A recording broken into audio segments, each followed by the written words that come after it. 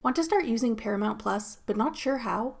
I'm Jessica, and in this video, I'll show you how to download and install Paramount Plus. Note that this video will demonstrate on iPhone, but written instructions for both Android and iOS will be listed in the description box. Now let's get started. To download Paramount Plus, first open the App Store. Go to the Search tab.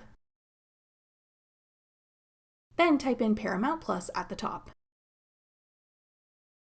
Tap Paramount Plus when it appears in the search results. Then tap Get. If prompted, use Touch ID, Face ID, or enter your password to confirm that you want to download the app. Wait for the installation to complete. Then tap Open to start using Paramount Plus. That's all it takes to download Paramount Plus.